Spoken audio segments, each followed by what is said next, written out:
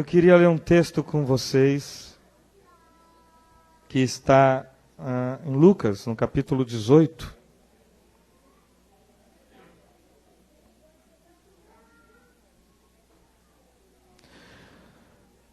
A fim de que o texto nos sirva de balizamento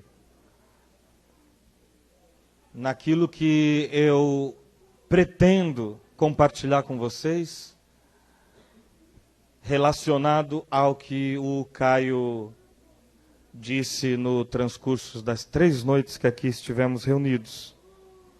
Então, abre sua Bíblia em Lucas, capítulo 18, e nós vamos ler do verso 9 ao 14, aonde há uma conhecida parábola de duas personagens que são de uma história que Jesus contou como ilustração e que ilustra perfeitamente a condição do coração humano em relação a Deus, porque quase sempre se está nesses 2 polos, um deles justificado por Deus e outro pensando-se justificado por si próprio. Então lá no versículo 9, todos acharam? Quem não trouxe Bíblia, não tem problema. Leia aí aqui, está ao seu lado do seu irmão, seu amigo, compartilhe com ele. Eu vou ler na NVI aqui, você acompanha na tradução que tiver aí.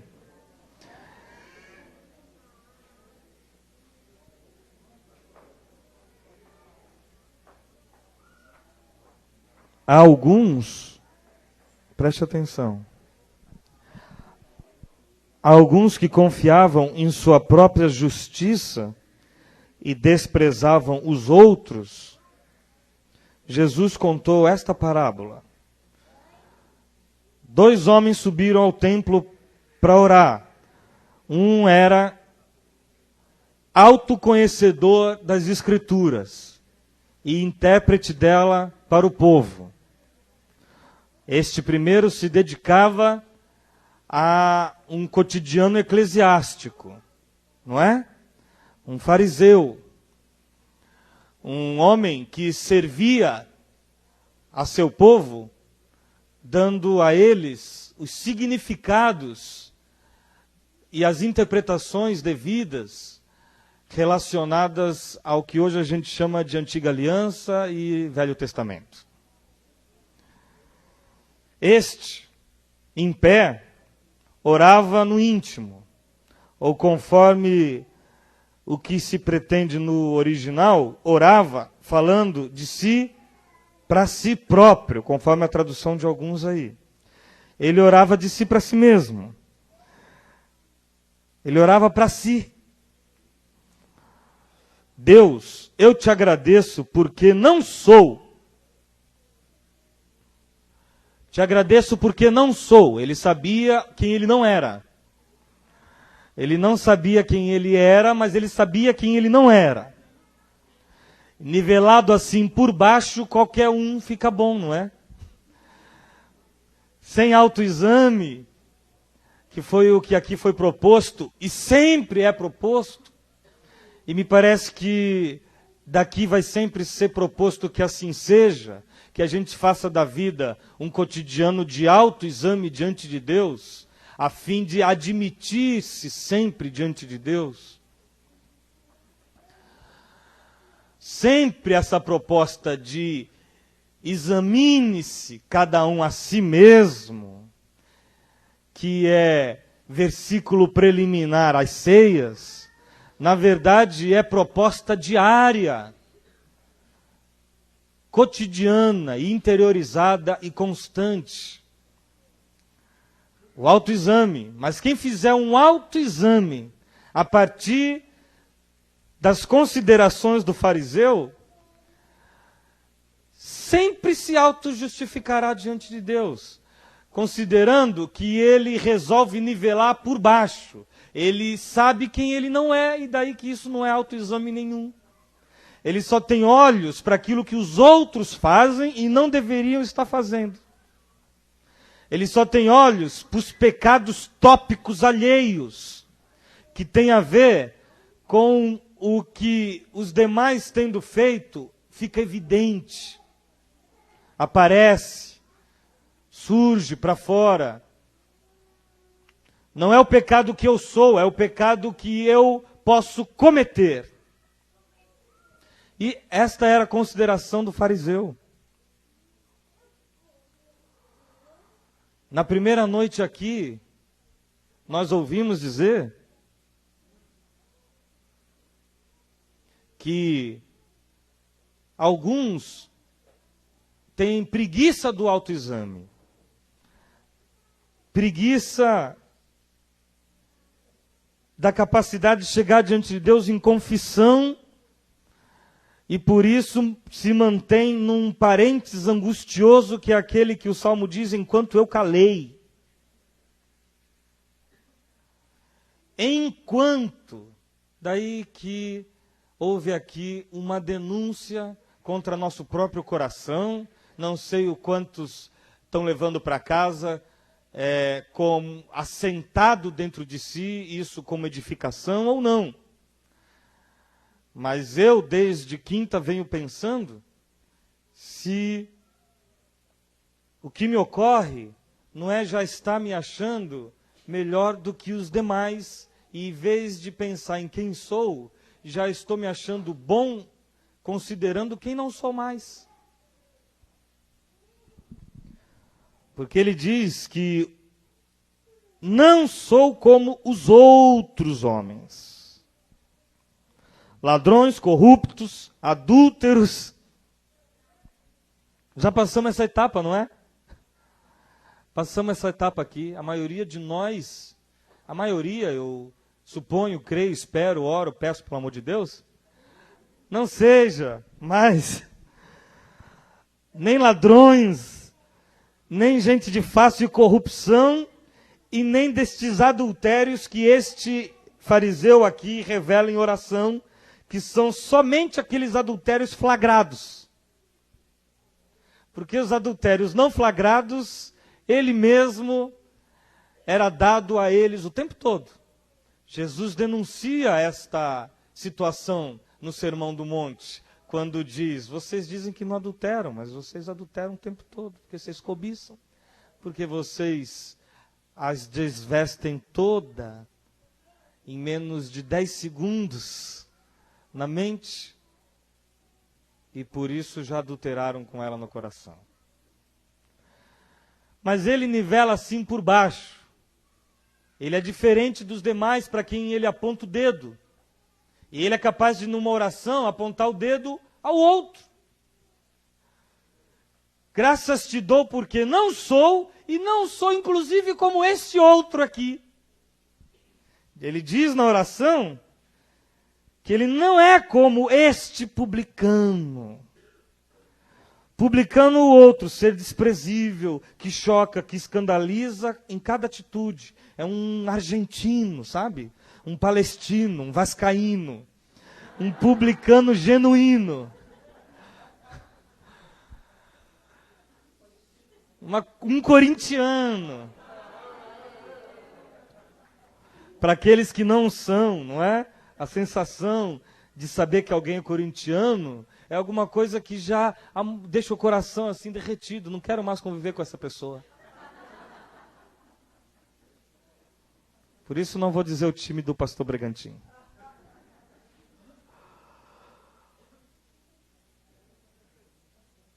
E ele diz no versículo 12: jejuo 2 vezes por semana e dou o dízimo de tudo quanto ganho. Aí o outro polo se manifesta. Vem o publicano, esse cidadão que a gente falou aqui. E o publicano, que é um ser de fora da religião, sem criação religiosa, sem nenhum aculturamento religioso, sem frequência à sinagoga, sem circuncisão, sem batismo no templo, sem nada que tenha uma vez lhe acometido o coração como reflexão à conversão.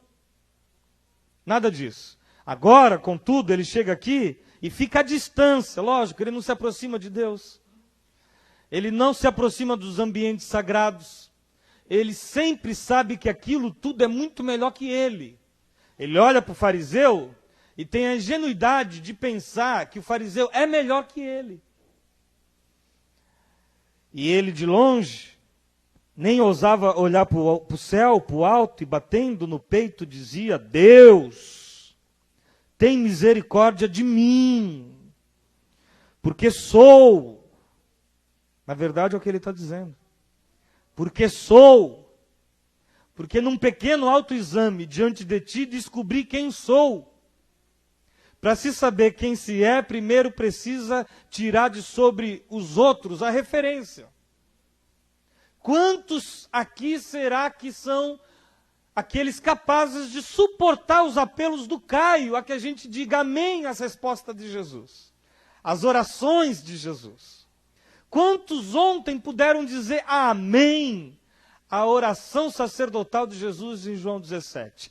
Ora, como eu sei que muitos poucos assim puderam fazer, eu também não faço. Significando que eu me nivelo sempre em função do que o outro pode se entregar, se oferecer. Se eu passo dele, eu me sinto fanático. Eu fico além da média ponderada, que é sempre medíocre. Conforme a maioria, sempre medíocre. O publicano, contudo, teve a revelação de se saber quem é. E a Deus só pediu misericórdia porque ele não tinha nada a oferecer e por isso disse: sou pecador. É o que sou. Daí que Jesus diz que um volta justificado para casa, este segundo e o primeiro não. Sim, e o que isso tudo tem a ver com o que aqui foi dito? Eu lembro que no primeiro dia que nós estivemos aqui reunidos, e a minha intenção é fazer um compêndio sintético disso, foi dito que mais um pouco de tempo, numa condição existencial, que não é nem a do fariseu e nem a do publicano, a gente fica num lugar que é mais perigoso do que onde estão fariseus e publicanos. Um pouco mais de tempo assim, no período chamado aqui no Salmo 32 de enquanto, eu lembro muito bem que o Caio disse que era melhor eu ser aquele legalistazinho de outrora, do que o inafetivo, desafeiçoado, frio e dormente de hoje. Disse ou não disse? E o que a gente faz com a informação?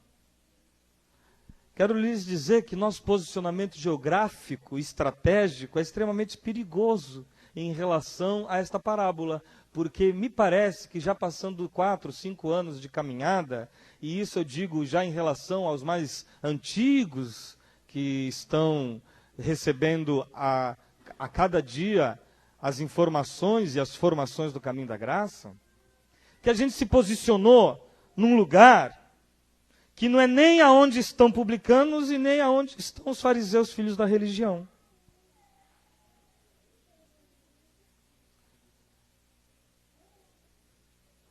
Se Jesus nos viesse contar hoje a mesma parábola, ela na verdade teria 3 personagens. É o fariseu, o publicano e o caminhante, aqui no meio. Como assim? O caminhante é o cidadão que chega para orar, do mesmo jeito que eles todos. E como disse o Caio ontem, ele é capaz. O caminhante olha para o alto, sim. Não com soberba, não com justiça própria, não com currículos religiosos. É porque, sendo filho da graça, já sabe que tem livre acesso ao Pai, que com ousadia pode adentrar o trono de sua graça, o espaço de sua habitação, que não é outro senão o próprio coração. Ou não ouvimos repetidas vezes que a construção de Deus neste mundo é aquilo que se constrói no templo do Espírito, que é a intimidade de cada um. Nós já sabemos isso. Nós nos convertemos a esta mensagem, porque esta mensagem é exatamente essa. E nós nos encontramos na condição de um publicano. Contudo, agora, nem lá nem cá. O que eu quero dizer é que a gente ora com a cabeça erguida. Se a motivação for legítima, é porque você pode orar com a cabeça erguida diante daquele que te ama como ama seu filho Jesus. Então eu posso olhar com humildade, olhar para os céus, sabedor de que Ele, que habita o alto e sublime trono, mora com um contrito e abatido de espírito. Então quando você olha para o céu, meu irmão, é a mesma experiência de olhar para dentro, porque viremos e faremos neles morada. Mas quando a gente eleva a nossa oração a Deus, graças te dou, Senhor, porque nem sou como este publicano, libertino, que as festas que eu frequento só uma vez por ano nos encontros, ele vai todo final de semana. Já passei dessa fase, não tenho mais a culpa como neurose. Aliás, não tenho mais nenhum sentimento de culpa. E não carrego a bênção da culpa que ouvimos na primeira noite. Porque, afinal de contas, foi a primeira vez que eu ouvi isso. Até então, eu vim ouvindo que a culpa é uma desgraçada. E que ele tomou sobre si tudo que era culpa que havia sobre nós. Daí que o Caio disse que a culpa que permanece culpa apesar do perdão é neurose e justiça própria. Mas a culpa que não vira admissão diante de Deus faz com que a gente perca a oportunidade de ter mais um insight publicano deste, a vida toda. Graças te dou que não sou mais como ele.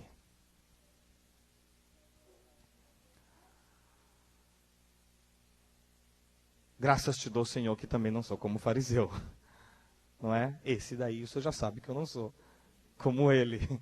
Não preciso lhe dizer, Senhor, que não sou como este homem. O Senhor sabe muito bem que eu não dou dízimo de nada que tenho. Muito menos jejum 2 vezes por semana. Quiçá 2 vezes por ano. Senhor, tu sabes que nem 2 vezes por ano.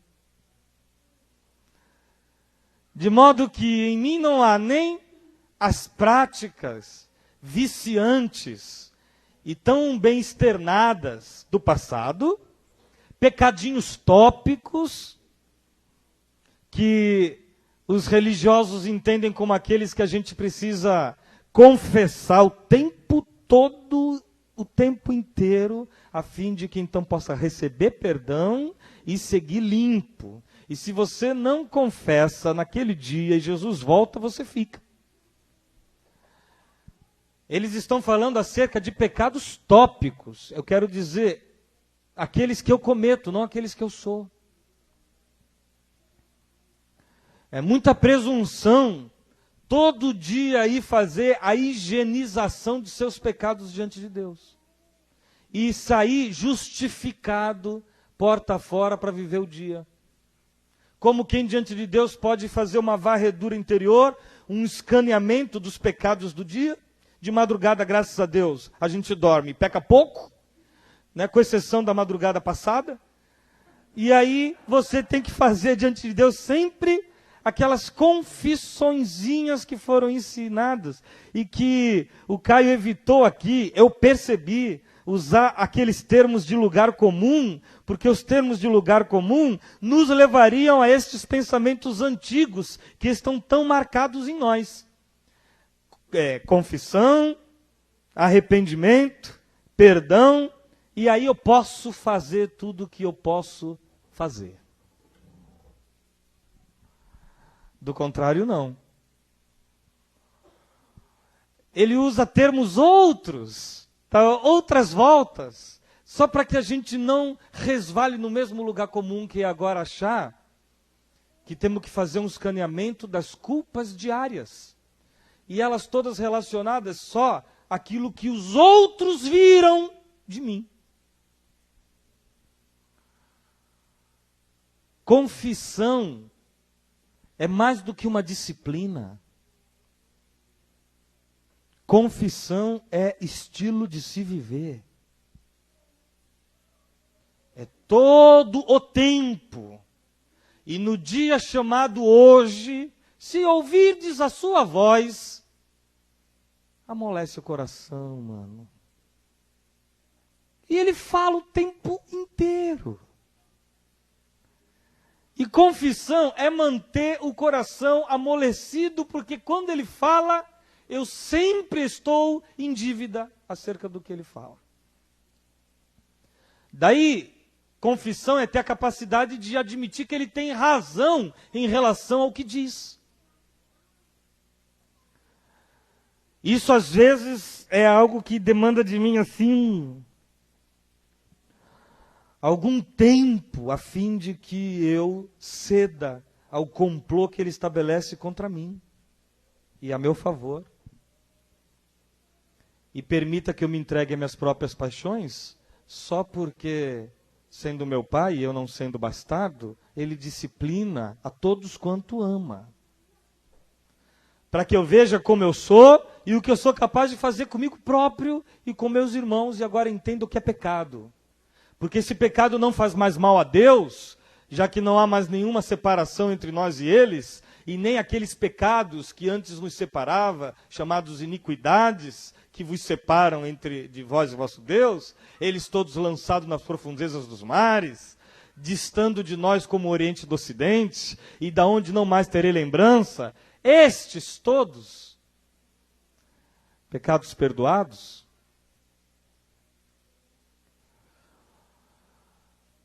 são aqueles que o tempo todo Deus nos convence que habitam em nós agora, não como algo que possa lhe fazer mal ou lhe afastar de nós, mas como um algo que, em se perpetuando em nós, fará muito mal a nós, e em especial aos que estão ao redor de nós. Porque a verdade é que os que eu amo, em especial, são os que recebem os respingos e os jorros dos meus pecados. Pecar continua pecado. Eu queria lhe dar essa informação, meu irmão. Que agora você peca em Deus, você não peca mais fora de Deus para depois voltar para Deus. Você peca no caminho com Ele, não cai fora do caminho, não é? A gente ouve dizer, é no caminho. Você cai. E ele, contudo, é especializado em levantar gente. Aí levanta a gente. E a gente prossegue. Caminhando. Caminhando, mas o que tem a divina semente não vive pecando. Significando dizer que todos os vícios, hábitos, domínios que a gente exerce sobre nossos irmãos, opressões matrimoniais, estas questões que a gente fica resolvendo as outras para não ter que resolver estas. Tudo isso continua pecado. Porque já não me separa do amor de Deus, contudo, me faz passar por essa vida sem experimentar o que é colo do Pai. Porque vou fazendo o meu próprio caminho. Você está entendendo o que eu quero dizer? Trilhando obstinadamente sua própria trajetória, sem o ato contínuo de rever, conforme Jesus nos evangelhos. É assim que é. Sem se entregar às conveniências da interpretação. Mas é pensar, é assim que é em Jesus? Não é assim que é em Jesus? Jesus, reconheço que não é assim que é em ti. E me ensina a ser conforme tu és. E conforme tu és em mim. Daí que esta terceira pessoa, o caminhante, essa pessoa que está no enquanto, que está no meio, conforme o Caio disse, ele não tem mais paranoia nenhuma. A paranoia do publicano e nem a do fariseu.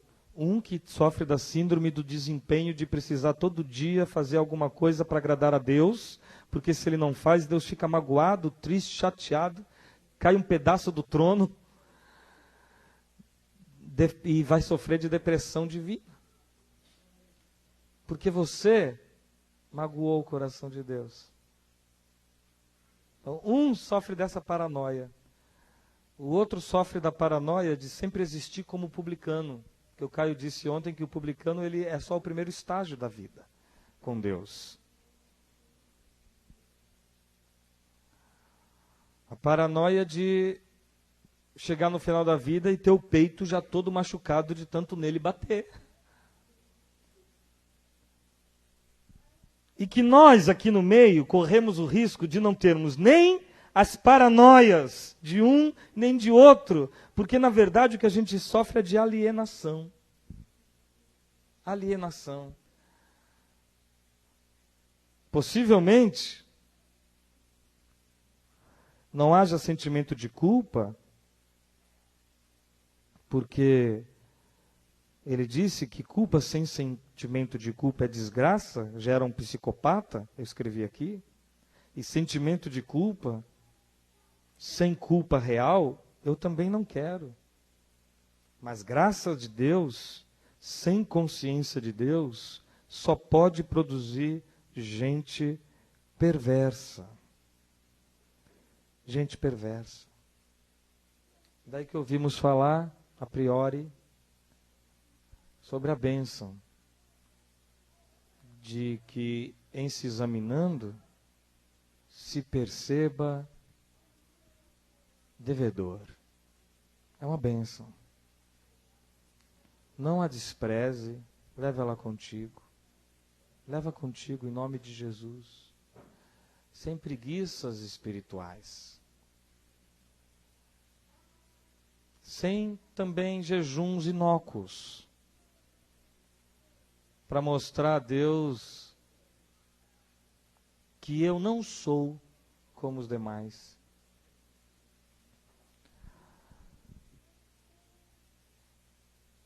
Daí que essa situação que nós estamos, meu irmão, pode nos transformar em seres assim, que são mais juízes de nossos outros irmãos, do que eles próprios uns dos outros. Não sei se você já parou para pensar nisso. Mas eu estava dizendo a um grupo ontem, que lá na estação em Santos, eu vejo assim um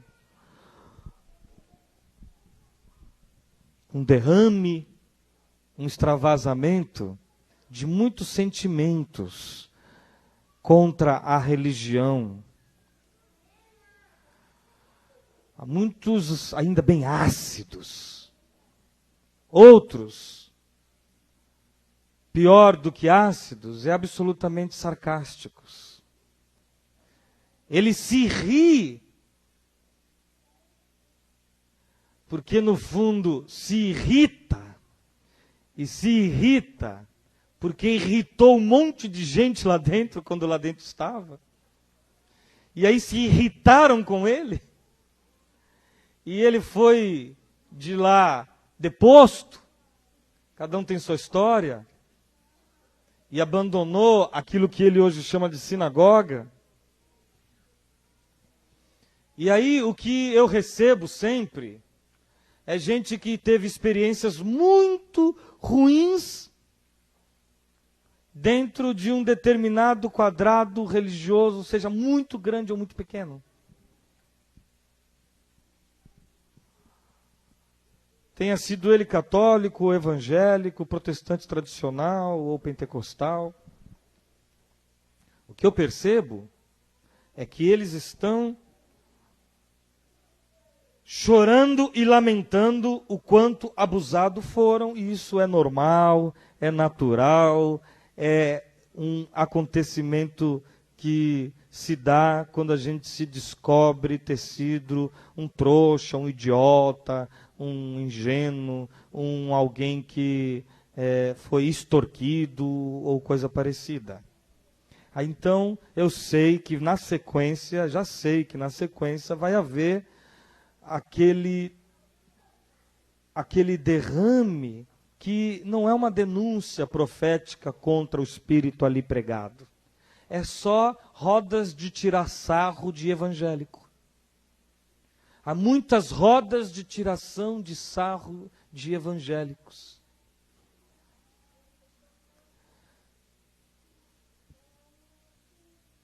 Às vezes me chamam para uma delas como se eu fosse gostar de ouvir aquilo tudo. Sabendo que um irmão faz um mês que saiu de lá. Faz um mês e já se arvora o direito de olhar para eles e falar, graças a Deus, não sou mais como esses caras. Não sou mais como eles, graças a Deus, eles ficam dando dízimo, jejuando. Né?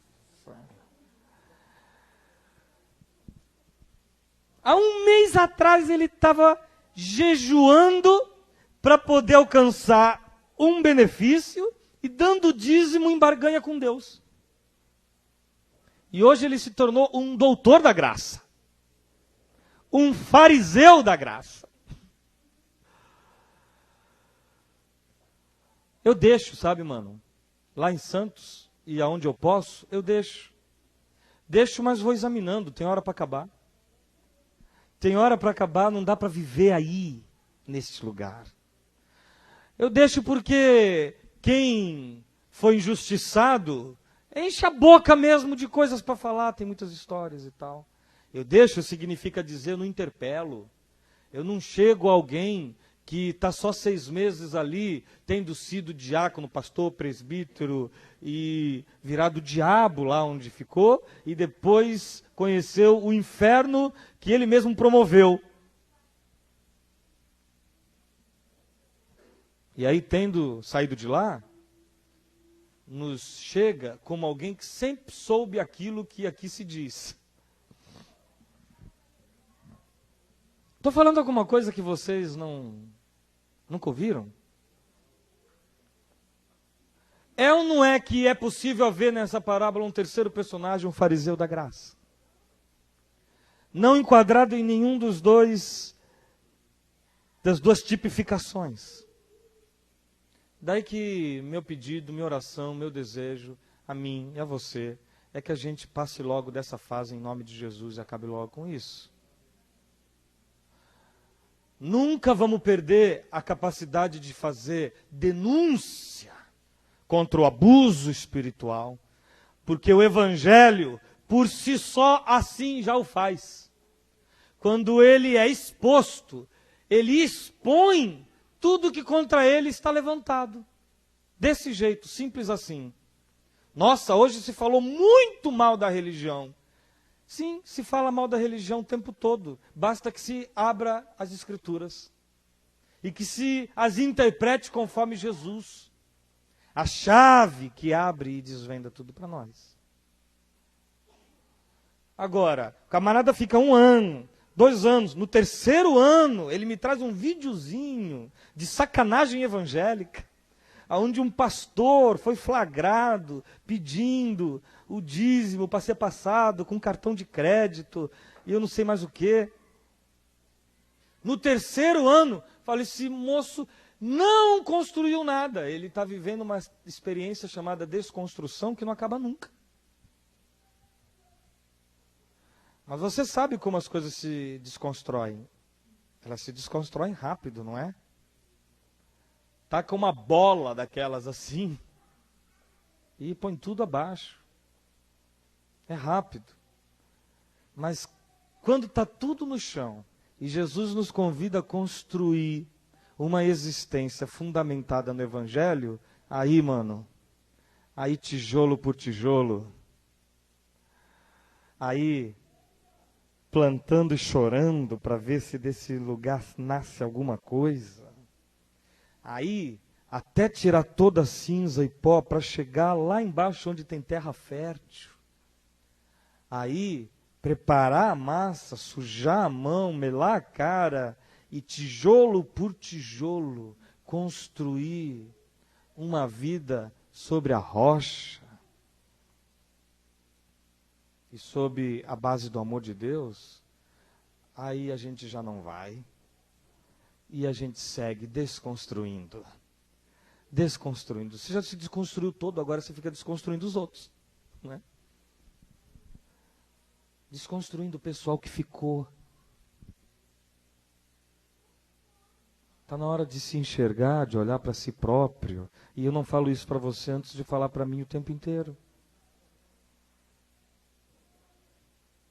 Não me convidem para rodinhas de meter pau em evangélico. A não ser que nós já tenhamos passado desta etapa de existência condicionada pela adesão a um movimento, a um conteúdo, e não pela conscientização intestinal dele, sabe? Aliás, quando você chegar nessa fase, acabaram-se as piadinhas. A denúncia continua, preste atenção. Você vai ouvir sempre. Mas acabaram-se as piadinhas. Há um mês atrás, meu irmão, há um mês atrás ele estava lá dentro fazendo a mesma coisa, agora ele está aqui contando sarcasticamente, expondo sarcasticamente a reunião da qual ele mesmo estava presente. Você já parou para pensar nisso? Eu quero que você pare para pensar nisso. Só para não se esquecer de quem foi e de quem é. Porque o paralítico, quando foi curado, depois de acreditar na superstição, no folclore, no mito, na lenda judaica de que um anjo desceria e moveria as águas, e ele então poderia pular e ser curado, outros chegavam antes dele, ele nunca tinha vez, Jesus passa por ele, diz: levanta, toma o teu leito e anda. Engraçado, não é? Em vez de deixar o leito jogado lá, afinal de contas foram 38 anos diante daquele tanque. A ordem é para que ele agora passe a caminhar, com o leito aqui debaixo do braço. Eu sei quem sou, onde estive e quem fui. Conheço minhas paralisias, sei da minha incapacidade de caminhar pelas próprias pernas. Eu tenho aqui o leito que me lembra disso. Ele é sempre provocativo, sim, porque eu carrego o meu leito em dia de sábado. A religião não suporta isso. Mas não pode deixar de me provocar também o tempo inteiro. O que é que eu estou fazendo com esse leito na mão, se eu já caminho?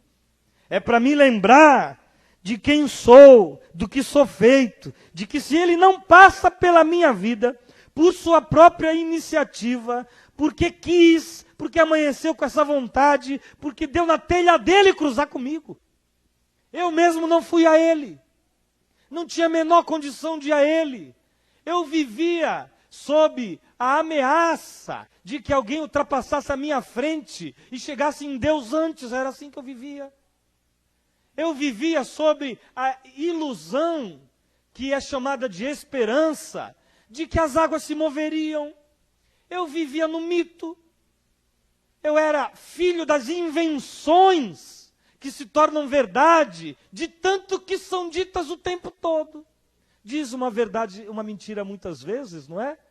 Ela se faz verdade. Daí eu levanto, eu ando e eu caminho. Eu caminho com o leito debaixo do braço em dia de sábado, glórias a Deus. Em dia de sábado, sempre. Porque minha vida vai ser sempre chocante a eles. Porque no sábado não se trabalha. Mas meu trabalho é, enquanto caminho, não esquecer de quem sou e lembrar-se sempre de quem fui chamado a ser em Cristo. Porque não há outra vocação para nós e nem outro alvo. O alvo, não é? Da soberana vocação de Deus é este. Chegar nele de modo que ele em mim e eu nele, como aqui foi dito. E esquecendo das coisas que para trás ficam. Tem que ter coragem. Eu esqueço tanque, esqueço os mitos, esqueço tudo, mas eu não esqueço de que eu só estou ali e meu leito está na minha mão para provar isso. Porque sou filho da graça, não fariseu dela. Fariseu da graça é o cidadão que deixa o leito lá, sai caminhando, passa em frente o tanque, tira sarro de todo mundo que ainda crê que as águas podem se agitar naquele lugar. Porque você mesmo já sabe que só há um outro processo viável, é ser eleito para se cruzar com Jesus num dia qualquer, que foi o que aconteceu com ele. Mas ele olha para aquilo ali, olha para aqueles todos, e os faz culpados de lá estar. Se vocês viessem atrás de Jesus, como eu fui. Sim, ele até esquece como é que foi a parada. Se vocês fossem procurar por ele, como eu fui. Você foi achado, você que foi conquistado. Você não caçou a Deus, você a caça. Você não é caçador de Deus, nem nunca foi. Você que é o alvo do amor dele. Receptáculo, vaso, onde ele põe tesouro de sua excelência dentro. E nos faz viver sob este escândalo, o escândalo da cruz em mim. Aí você quer olhar para eles e dizer que é melhor que eles. Se você só saiu de lá porque Jesus passou, meu irmão. Do contrário, você estaria lá até agora. Paralisado. Mumificado numa vida que é toda ela feita de um chão de ilusão. Você mesmo, quiçá, não era um vendedor de ilusões. Fazendo uso do microfone para tal. Ou dos discipulados caseiros, qualquer coisa desse tipo. Agora se ri, mano. Se você tivesse do que chorar a seu respeito, você não estava se rindo dele. Você está me entendendo?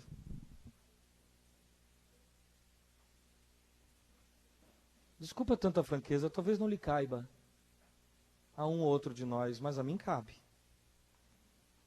A mim cabe.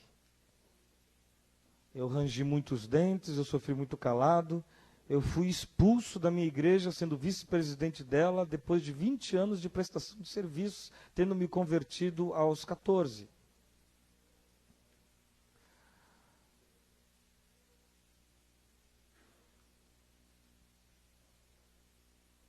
E, num algo que eu achei injusto, eu dizia aos presbíteros, me dá por 1 minuto o microfone e esse argumento todo aí sai, acaba. Até que me convenceram de que eu precisava lá ser o diabo, a fim de que a estrutura toda se mantivesse e todos lá permanecessem. Você acha que você deixa de se defender e vai dormir na boa? Não, não é? Aí você vai conhecer o que é Deus demandar de você: perdão, olhar para as coisas que diante de você está, esquecer as que para trás ficam, não considerar que todo mundo é igual porque assim com você fizeram.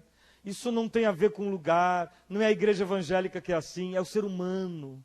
É o espírito humano que é assim. Sempre que alguma coisa for construída em nome de Deus, é esta coisa que se constrói, porque tudo que se constrói em nome de Deus não se parece com Deus, a não ser as construções que Jesus faz. àquela que ele chamou de a obra com a qual eu te glorifiquei neste mundo. A obra dele é a única capaz de a ele gerar glória, e a obra dele é para dentro, é o templo de Ezequiel, que a gente não consegue construir. Então lascou, não tem nada aqui que seja erguido em nome de Deus, que valha. Porque tudo é só conveniência para que, no fundo, o que se dê é o que eu quero com a legitimidade da assinatura de Jesus. Jesus autenticando toda a minha capacidade de oprimir, de não sendo seguro, deixando todo mundo inseguro também, de morrer de medo de um monte de coisa, ameaçando e aterrorizando a galera o tempo todo. Transformando Deus em alguém que é minha imagem, e minha semelhança, e não Ele me chamando para ser conforme o seu Filho Jesus. Porque esse é o chamado, ser conforme Jesus, o seu Filho.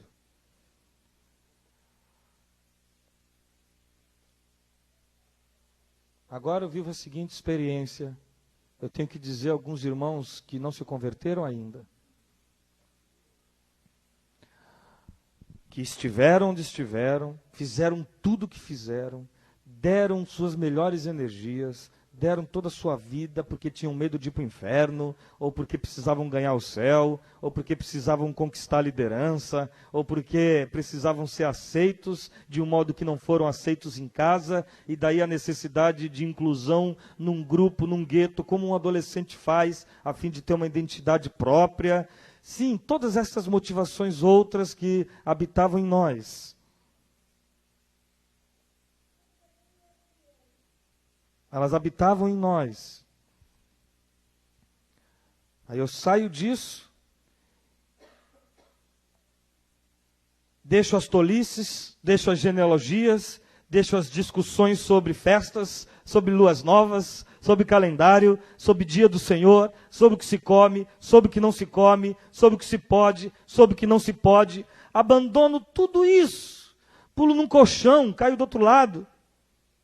De lá mando bala, me sentindo muito seguro, porque agora me foi revelada a verdade, e o que é pior, deixei lá também o meu zelo,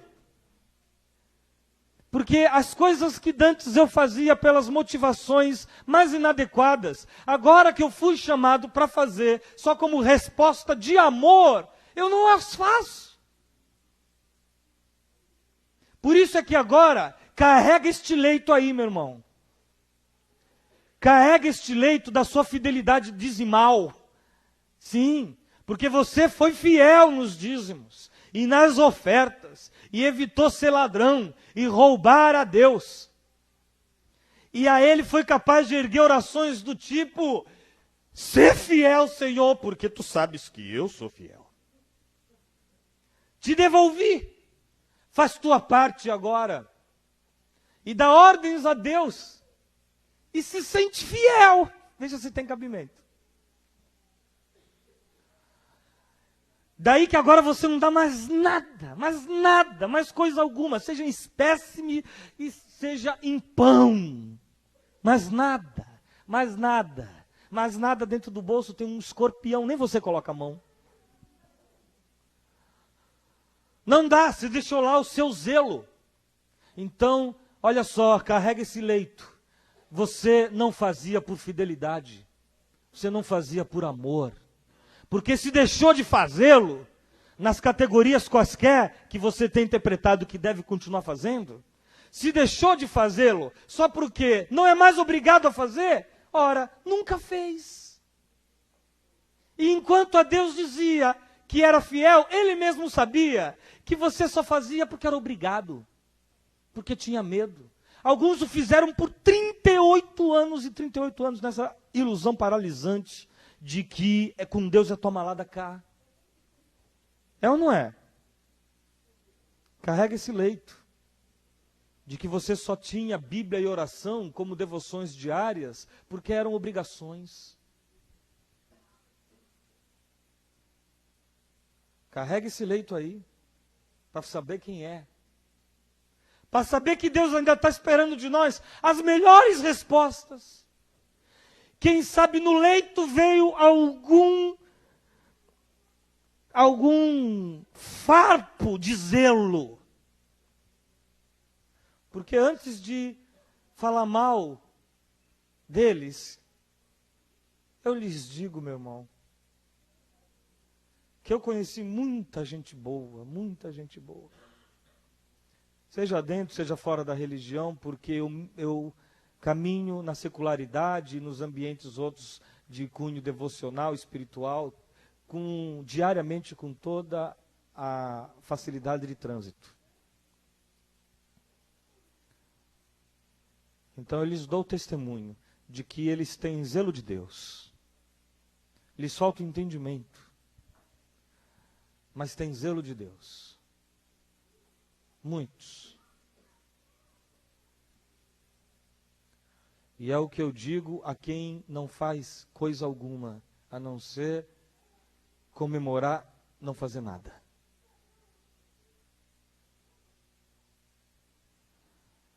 Eu digo aquilo que eu mesmo precisei dizer a mim, quando as figurinhas que existiam diante de mim davam conta de que eu pertencia a uma máfia, não é? Eu digo a eles, olha, eu sei que eles têm mais zelo do que você. Você não viu essa semana, não? Na Globo? Eu estou aqui há 3 anos pedindo para você participar de uma das ONGs que a gente tem na estação. Pedindo para você entrar, que não falta coisa para fazer aqui. É criança que a gente ensina e fica com elas quando os pais estão trabalhando, e das drogas são tiradas e levadas para a escola de surf do Jojó de Olivença, que é lá do Caminho Santos, no Guarujá. Projeto Ondas. É um ateliê que a gente tem para que adolescentes façam mosaicos para vender e ter o que levar para casa, porque o pai não está em casa, a mãe não consegue dar provimento, considerando que ficam mais muitos outros filhos para ela cuidar. O pai ganha sim o dinheiro, mas ele vai beber ele todo no bar. Ocupar a mente dele, só para que ele, não sendo um usuário, se torne depois num pequeno traficante, depois num traficante orgulhoso de carregar uma arma que é quase maior que ele, até que lhe falte, assim, qualquer pudor em usá-la, daí já pula para o anseio de fato fazê-lo, daí ele já amanhece pensando, será que é hoje que eu vou usar? E um dia usa, e pode usar contra o meu filho. Abordar o seu carro. Como num dos morros que a gente trabalha lá, há 3 anos atrás. Entrando ali com o meu carro, fumei. Fui cercado assim por 15 adolescentes metralhados. Todos eles com armas que eram assim. Imagina, de segurar assim. Em 2 lugares. Todos eles com as bermudas por aqui. Sem camisa, com olho vermelho, saindo dentro de uma toca e cercando o carro. A gente só ouvia os engatilhares metálicos.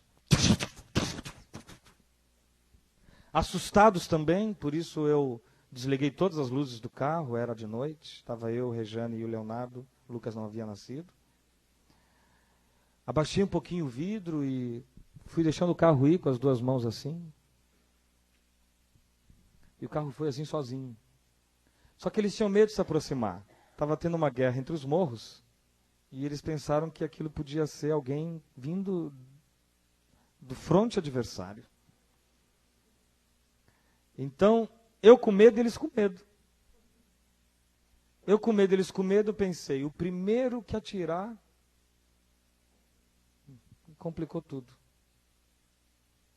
Aí, o mais velho deles se aproxima do carro. Teve coragem, foi corajoso. Porque podia ser qualquer um. Eu podia dar uma bala na cabeça dele. Mas ele talvez viu alguma intenção amigável com o desligado dos faróis. Se aproximou, botou a cara assim lá dentro.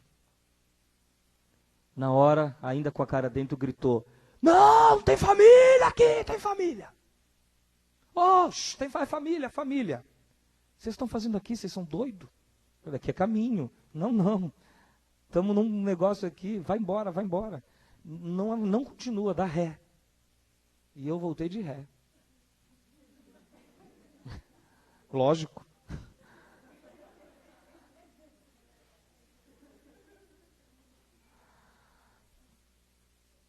Aí a gente está cuidando dessa moçada aí, meu irmão.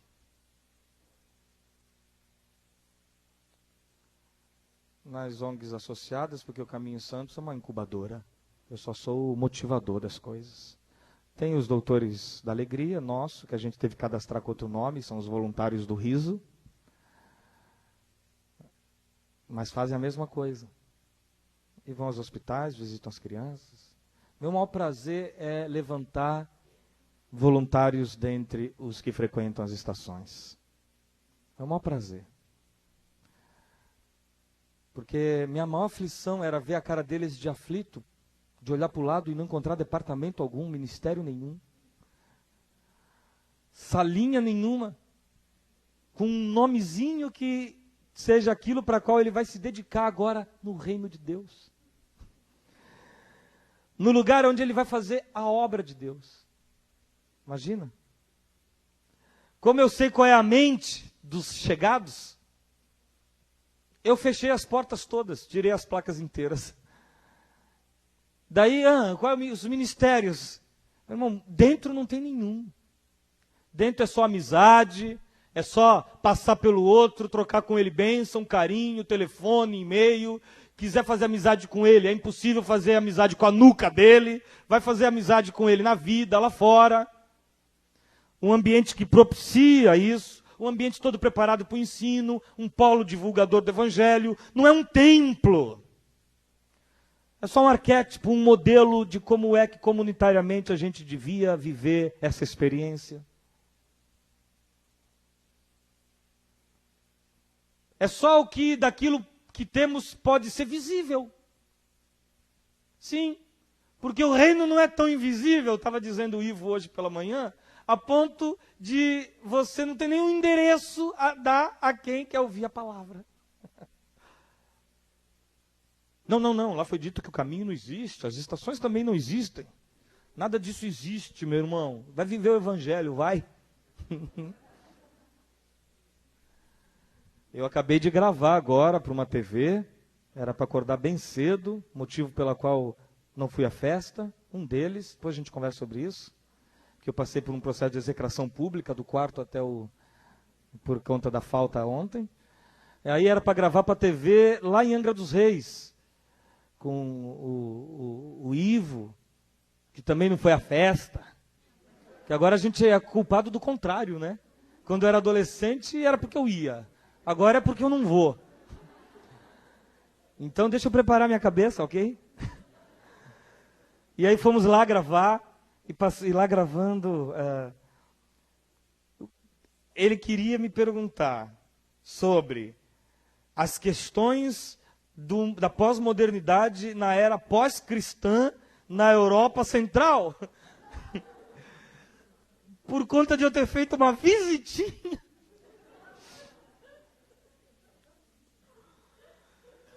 E virei especialista em Europa. Aí tá bom. Então eu vim para falar do que eu ali vi de fato. Não vim falar do que li, porque o que li é só você ler também. Mas do que vi. Aí o Vando chega. Estamos gravando aqui para a TV em Angra. E agora estamos aqui com o Marcelo Quintero. Marcelo, o que é o caminho da graça?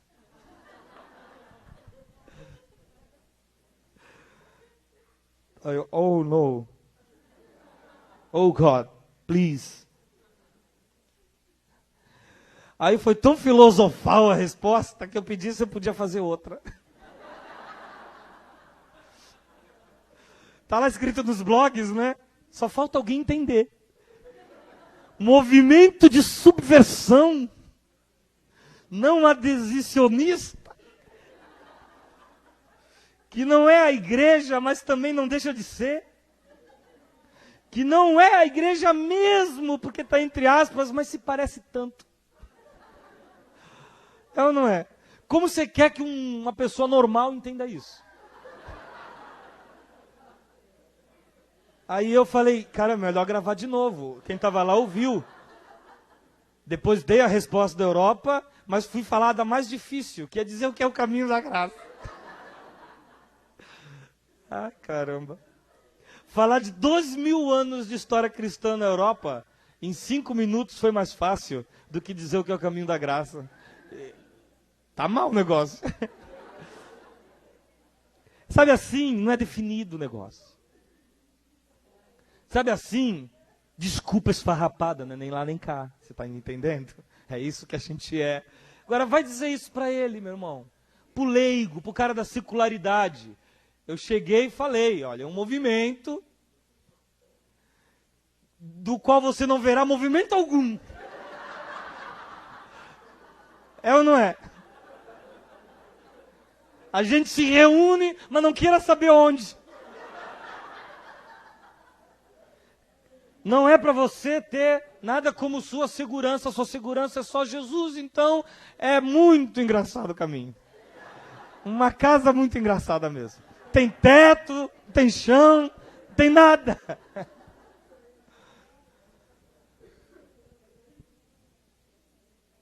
E principalmente na casa não tem parede. Que é para a gente não se apoiar nela, porque é para se apoiar só nele. Deixa o cara aprender, tá? Para não ser outro fingimento, outra ficção. Para não ser outro teatro. Para não ter que fazer igual a gente teve que fazer. Porque não dava conta de corresponder imediatamente às necessidades de mudança comportamental pós-batismo. Sim, porque você tem que sair daquelas águas outro. Outro completamente diferente de quem você foi. E quanto mais desgraçado você foi, mais engraçado você tem que sair daquelas águas. Ir lá contar todo dia seu testemunho, seu depoimento. Com aqueles adolescentes todos assim nos primeiros bancos, ouvindo você dizer, minha vida era muito ruim. Peguei muitas mulheres. Já tive mulheres, olha, de todas as classes, todas as raças, todas as cores. E os adolescentes ali na frente. O que eu estou fazendo aqui? Babando. Me converti antes da hora.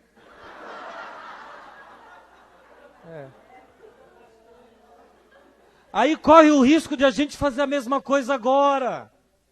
Ele demora a tomar consciência. Ele demora a perder jargões religiosos. Ele demora a se vestir de qualquer jeito. E continua vindo todo assembleiano. E isso te incomoda, como se isso alguma coisa fora. Ele demora a assistir, a parar de assistir os mesmos caras que ele assistia antes. Sim, mas você virou um santo inquisidor. Traz todos os DVDs. A gente vai botar uma fogueira e queimar tudo que não tenha sido publicado pelo Edivaldo.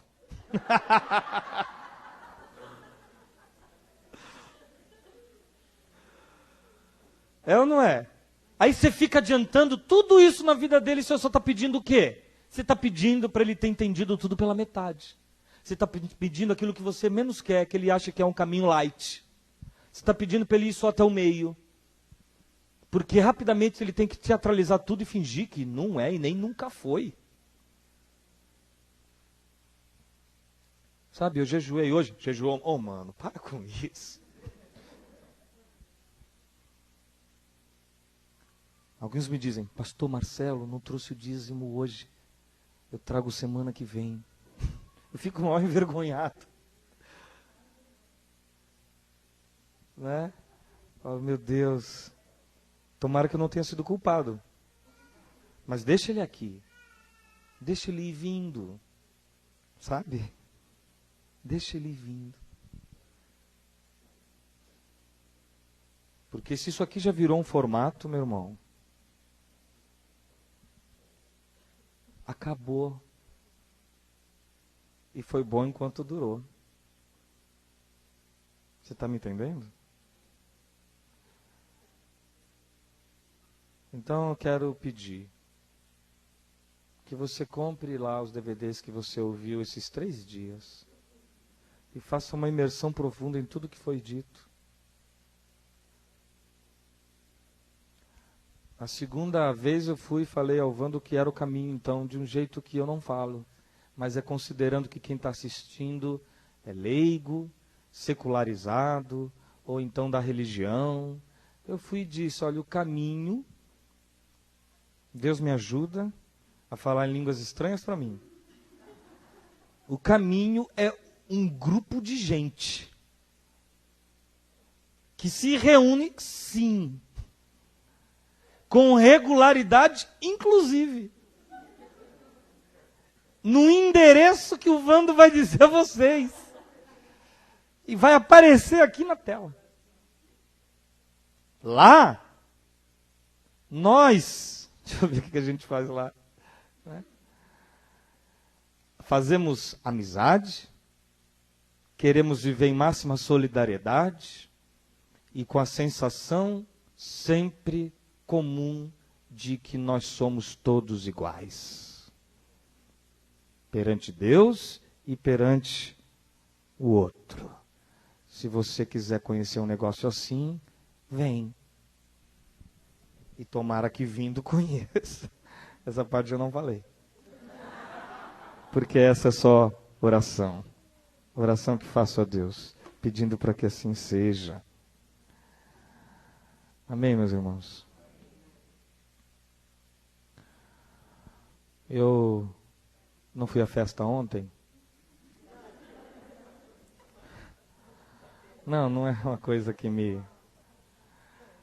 É que o Alexandre hoje pela manhã já amanheceu dizendo obrigado. Ô, mano, pelo quê? Que foi que eu fiz assim, tão abençoador? Por ter ido à festa ontem. Deixa eu lhe contar uma coisa, que a festa só serve de ponte. E aí eu passo para o Bregantim. Em nome de Jesus eu passo para ti. Esse primeiro semestre foi um pouco difícil. Porque não bastasse ter uma tese de mestrado em conclusão, eu assumi a cadeira de titular de ortodontia da faculdade. E daí que tudo isso tendo uma vida clínica ininterrupta, diária, que me faz responder e-mails e e-mails e e-mails nos intervalos. Praticamente o caminho acontece nos intervalos das nossas vidas. E principalmente da vida de quem tem que ir lá garantir que o seu pão não seja dado pelo governo. Não é? É tipo assim, um convênio particular, uma previdência, uma escola que não foi pública como a minha, e que possa ser melhorzinha para os meninos e tal. Não quero muito não, Deus sabe disso. Sabe da minha vontade diária de parar aquilo lá.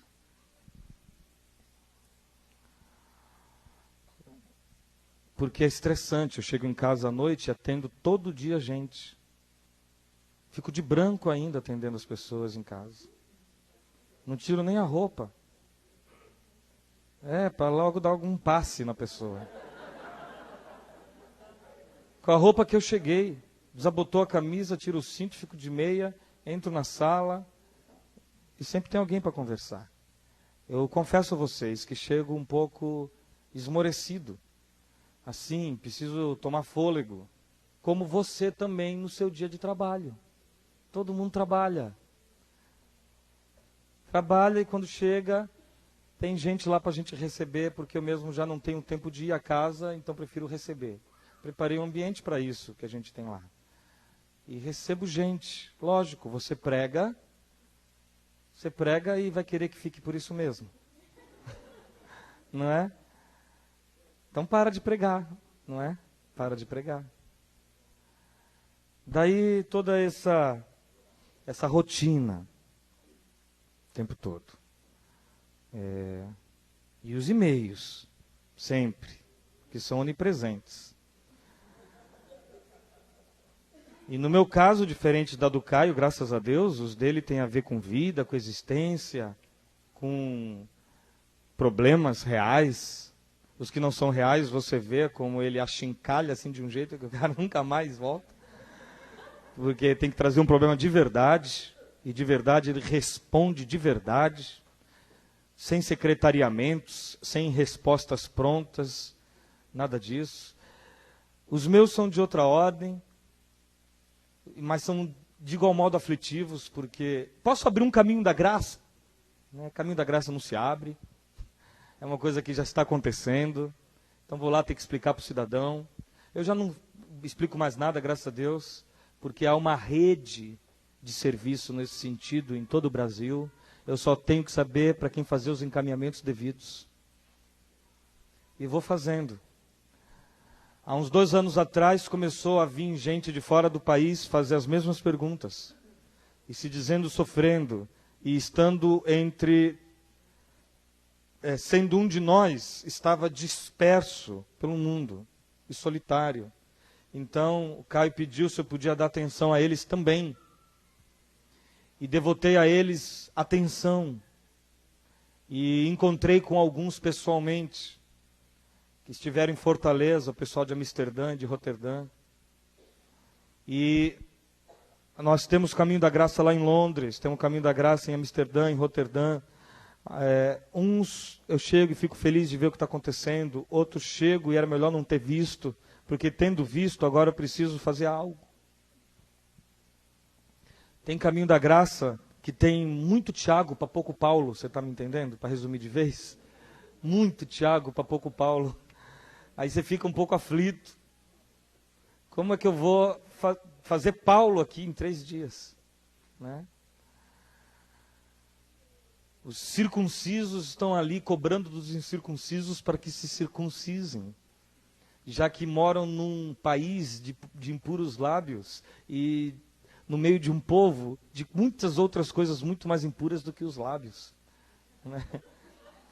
Porque eu visitei Amsterdã e entendi o medo que há com os jovens, com os adolescentes. Né? Agora, eu comecei a focá-los aí na direção deles. E, em especial, de uma pessoa, do Adailton, que, pastor presbiteriano, estava vivendo uma situação horrorosa de dissidência dentro da igreja.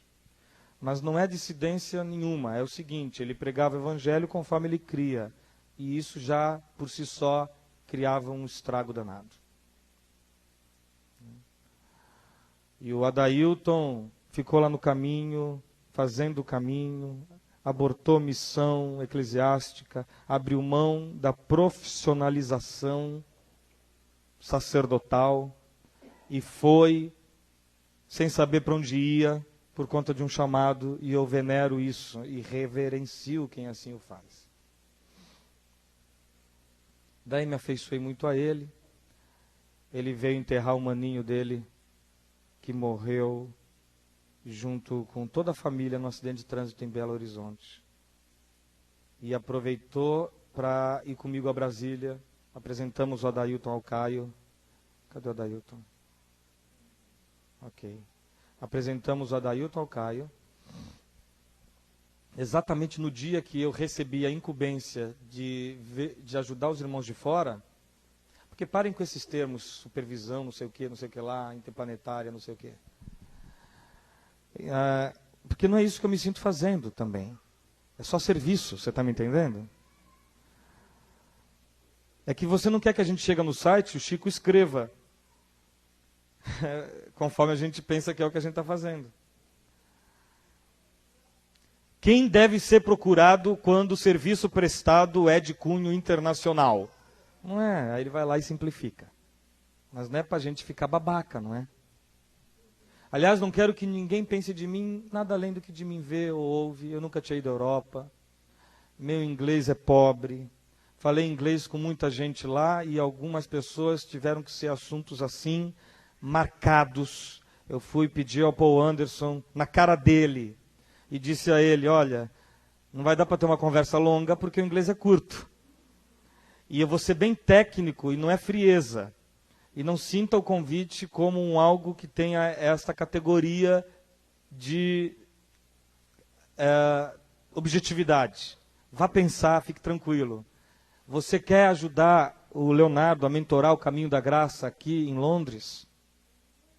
Você vem para o caminho e mistura logo brasileiros e londrinos e todos os que aí congregam, para a gente não ficar aqueles guetos, aquelas colônias brasileiras que nunca se misturam lá fora. Você quer? Então não dava para eu dizer para ele, em português eu ia expor toda uma situação, né? Em inglês eu disse, do you want or not? Ok? Think it about. E acabou a conversa. Depois fiquei feliz que, graças a Deus, ele jantou com o Leonardo, viram como estruturar isso, já tiveram a primeira reunião em conjunto, ingleses e brasileiros, coisa que na Holanda não é problema. Lá em Amsterdã eu preguei em português, com todo mundo com ponto, um monte de holandês presente, cada coisa que passava aqui atrás, português e holandês, no PowerPoint, pregação com ponto, folhetos explicativos em holandês. Daí que você faz isso, vem holandês, né?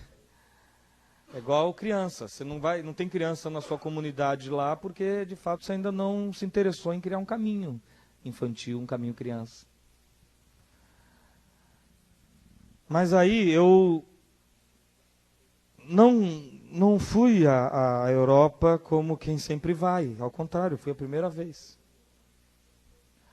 Tenho o privilégio, a sorte, a graça de ter um passaporte, eu sou cidadão romano também. Então, ao judeu eu sou judeu, ao grego eu sou grego, meu passaporte vai e vem sem carimbo nenhum, é europeu. Então eu entro e saio, eu entrei e saí de 3 países lá. Assim, esperando o Wellington acabar a entrevista dele, porque o Wellington, coitado, é brasileiro.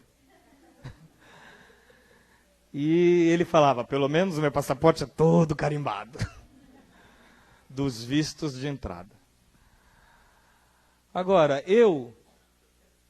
não fosse toda essa situação, no primeiro semestre, enfrentando uns probleminhas em algumas estações, tudo probleminha, papo furado, ainda passei o primeiro semestre inteiro lidando com o fato de que, após 3 anos de separados, meu pai e minha mãe resolveram assumir uma guerra franca e aberta, absolutamente destrutiva na direção um do outro. Porque ela assumiu um namoro. E meu pai espanhol não pode permitir, porque a ex-mulher é mulher dele. E para sempre o será. E nem a morte os separa. Mesmo ele sendo homem de muitas, como bom espanhol, me educou para ser um espanhol. E aos 14 anos a gente já ia no bar beber.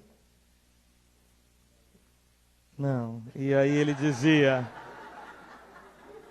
caí não, meu pai nunca caiu. E haja garrafão de vinho, cerveja, tudo, nunca, nunca, nunca caiu. Você, no inverno espanhol, meu amigo, o bebê mama vinho. Pelo menos há 50 anos atrás. Porque não tinha aquecedor, não. Mama vinho. Meu pai mamou vinho. E comia muita gordura de porco. Daí que ele ganhou uma resistência assim que não tem cabimento. É 2 caixas de cerveja sem nenhum problema em fazer o 4. Nunca ouvi bêbado nem nada disso. Mas agora ouvi doido. Totalmente doido. Invadiu a escola que minha mãe é diretora. 3 BOs de ocorrência foram feitos. Tamanho escândalo que ele lá promoveu. Minha mãe foi internada com pressão alta, derrame ocular. Ela, por sua vez, tinha as piores reações. E aí ele chegou na minha casa Não, ele que só conversava comigo na adolescência para dizer, meu filho, um homem que não tem muitas mulheres não é digno nem da mulher que tem. Não é? Estou até hoje tentando entender. Você não entendeu essa frase, né? Lógico, nem eu. Um homem que não tem muitas mulheres não é digno nem na mulher que tem. Você está me entendendo? Tô, pai. Então tá. Aí fiz 13 anos, minha mãe dá banho no moleque, eu estou passando na porta, vou pegar ele. Onde você vai levar? Não te interessa, é coisa de pai. Educação paterna. Não é? Iniciação. Ele queria que eu fosse iniciado igual ele há 60 anos atrás. Aí, esses dois resolveram brigar tanto, que eu tive que de fato me meter para ao menos garantir a integridade física deles. Que também fracassei um pouco, porque não impedi que num dia minha mãe esfaqueasse meu pai. De verdade. Aproveitando-se do fato de que eu tinha me deslocado a Campinas e não estava presente para ficar ali todo o tempo tentando fazer algum processo de paz. Fiz os piores processos de paz. Chamei meu pai em casa. Falei, olha só, velho, das 5 questões aí que você levantou, que são seus planos para prejudicar a mamãe, ele tinha 5 planos para prejudicar minha mãe. Até ela se arrepender de fazê-lo ficar sem dormir todo esse tempo, pensando nela com outro. 5 planos, todos eles, 4 contra ela, 1 contra o moço, que estava com minha mãe. E esses 4 eram terríveis. Invadir o prédio da Secretaria de Educação, fazer escândalo no prédio dela, xingando de tudo lá embaixo para todo mundo ouvir. Ele já tinha feito isso uma vez e minha mãe foi acusada. Olha, você vai ser expulsa. Não vamos poder fazer a locação de novo do apartamento, que a gente não garante a segurança de ninguém com esse doido aqui à frente. Né? Aí eu peguei e tive que fazer um negócio que não fica sem sequela. Falei, pai, olha só, das 5 coisas que o senhor está planejando fazer contra a minha mãe, me diz aí qual delas, antes de a gente pensar o que fazer com as outras, qual delas o senhor já pode, assim, de cara, desistir e a gente nem negocia a respeito. Eu sou o mais velho, a coisa é comigo, meus irmãos estavam todos aqui atrás de mim esperando. Aí ele, por que eu vou desistir de algum? Porque ela é minha mãe. Eu não vou deixar, você está entendendo? Aí ele, deixa eu ver. Assim, a conversa mais maluca que você pode imaginar. Doida mesmo. Eu fiz assim, pus 5 coisas no chão, no tapete. Vai, pai, qual delas o senhor pode desistir? Mas ela não me faz dormir, filho. Você defende ela? Não defendo. Só não vou permitir que o senhor prejudique. Por quê? O que você vai fazer? Experimenta deixar alguma dessas coisas, só vai ver. Meu irmão, ela sabia o que eu ia fazer com meu próprio pai. O que se faz para um pai? Experimenta, velho. O que vai acontecer? Vai acontecer que o senhor vai descobrir que eu cresci. Que hoje eu tenho o seu tamanho. E se eu descobrir que o senhor for fazer qualquer uma delas, porque agora acabou a negociação, não vai poder fazer nenhuma. Qualquer uma delas o senhor vai encontrar comigo na frente, lhe peitando. Eu não sei o que vai acontecer. Desde responder à altura até me desfiliar de ti completamente. Não toca nela, não se aproxime dela, não vá no prédio dela, não vá na escola dela. Cheguei em casa, deitei, e se ele fizer uma dessas coisas, eu vou ter que fazer alguma coisa, do contrário vai ser blefe. Aí, meu irmão, não vou lhe contar. Planejei coisas. Fiz coisas. Resisti a meu pai. encarei-lhe, peitei-lhe. Deitava e dizia à minha mulher, isso vai acabar, mas eu sei que não vai ficar sem sequela. Porque ninguém fala as coisas que eu falei para um pai e para a mãe e fica na boa. Aí liguei a minha mãe, desfiz o namoro dela, mandei o cara voltar para sua casa, liguei para ele e disse, todo mundo que eu coloquei atrás para vigiar meu pai, agora vai vigiar você se você chegar perto dela. Você deixa primeiro eu garantir o que você não pode garantir, que é a integridade física dela. Minha mãe sendo levada de carona uma vez para o apartamento por um professor, meu pai perseguindo, todo dia perseguindo, deu com um carro contra outro carro. Aí, falei, deixa ele ser preso, avisei lá, deixa ele ser preso, ninguém interrompe, deixa. Aí eu estou em Campinas, só para completar, e aproveitando-se da minha ausência, meu pai foi lá e fez mais um dos seus escândalos. Minha mãe, então, não esperou eu voltar. Eu voltei tão tomado de uma indignação que eu nunca havia sentido. Eu falei, só tem um jeito agora de parar isso. Só tem uma coisa que meu pai preza muito. É uma van cheio de equipamentos musicais que é para prestar serviço a esses shows todos que tem dos principais cantores aí da cidade, do país.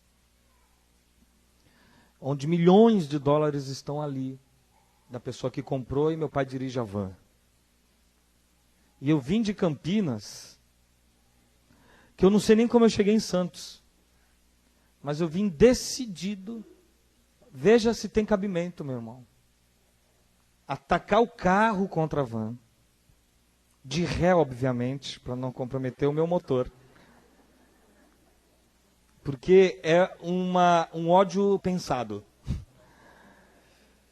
Engatar ré e... Aí ele vai sair desesperado, naturalmente. Tudo que eu tinha feito não podia contê-lo. E eu disse, e eu vou dizer, agora é assim. Para cada um escândalo que o senhor fizer, é um prejuízo que o senhor vai ter até o senhor desistir. Mas vindo nesta intenção, minha mãe precipitou-se, foi lá na casa do meu pai, está com um tamanco aqui no peito dele que abriu um rombo, e pegou uma faca e fez aquilo que eu vi a infância inteira eles fazerem um com o outro.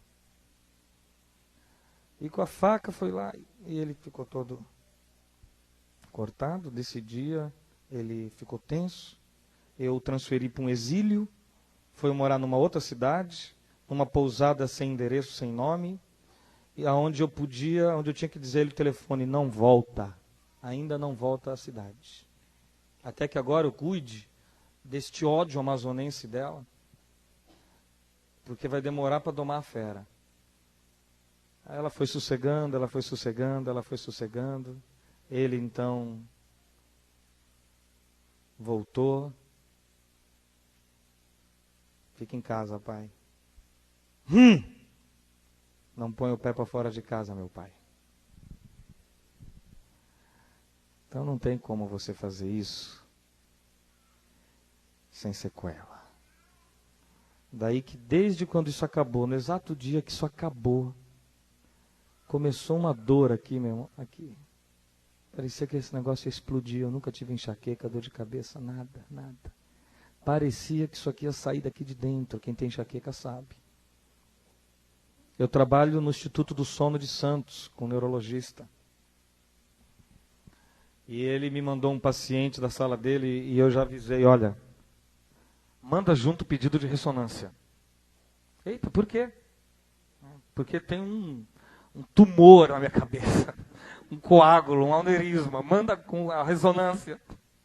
Aí ele mandou junto, o paciente trouxe, me entregou, fiz a ressonância, obviamente não deu nada. Ele só falou, não, você só está com tudo isso assim, inflamado. Aí, sexta agora, iniciei uma medicação para combate desta enxaqueca diária. Não teve um dia na Europa que eu não estive sob ela. e agora eu não tenho dor, mas a enxaqueca me faz por demais sonolento. Sim, chegou onde eu queria chegar. Não precisava ter contado essa história, né? É por isso que eu não fui à festa.